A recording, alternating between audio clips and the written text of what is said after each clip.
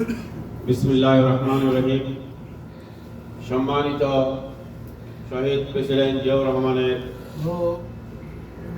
19 দফা বাস্তবায়নকারী পবিত্র মক্কা প্রাদেশিক যুব দলের 46তম প্রতিষ্ঠা বার্ষিকীর প্রধান অতিথি বন্ধুবর শাহজাহান ভাই, উপস্থিত আমার বন্ধুবর বাংলাদেশ থেকে আগত, হেঁটে হেঁটে পা পা করে এই পবিত্র নগরীতে এমন কোনো গলি ছিল না, এমন কোনো হোটেল ছিল না বিএনপির আনাচে কানাচে এই বিএনপির দাওয়াত দেয় নাই। সেই বন্ধুবর সংবর্ধিত অতিথি আব্দুল সালাম তালুকদার সাহেব, উপস্থিত মক্কা প্রাদেশিক কমিটির সিনিয়র ভাইস প্রেসিডেন্ট, যার হাত ধরে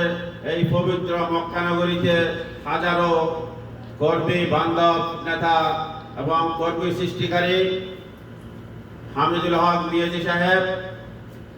উপস্থিত মক্কা প্রাদেশিক কমিটির প্রধান উপদেষ্টা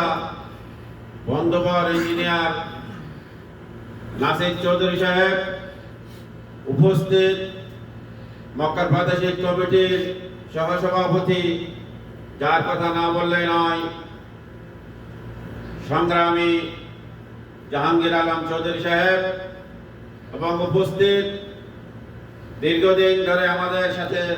পিছনে দেখিয়েও আমাদেরকে সার্বিক সহযোগিতা এবং দলের অনুপ্রেরণা, যিনি আজকে আমাদের অনেকদিন পর আমাদের এই অনুষ্ঠানে উপস্থিত হয়েছেন, দিন মোহাম্মদ সাহেব, উপস্থিত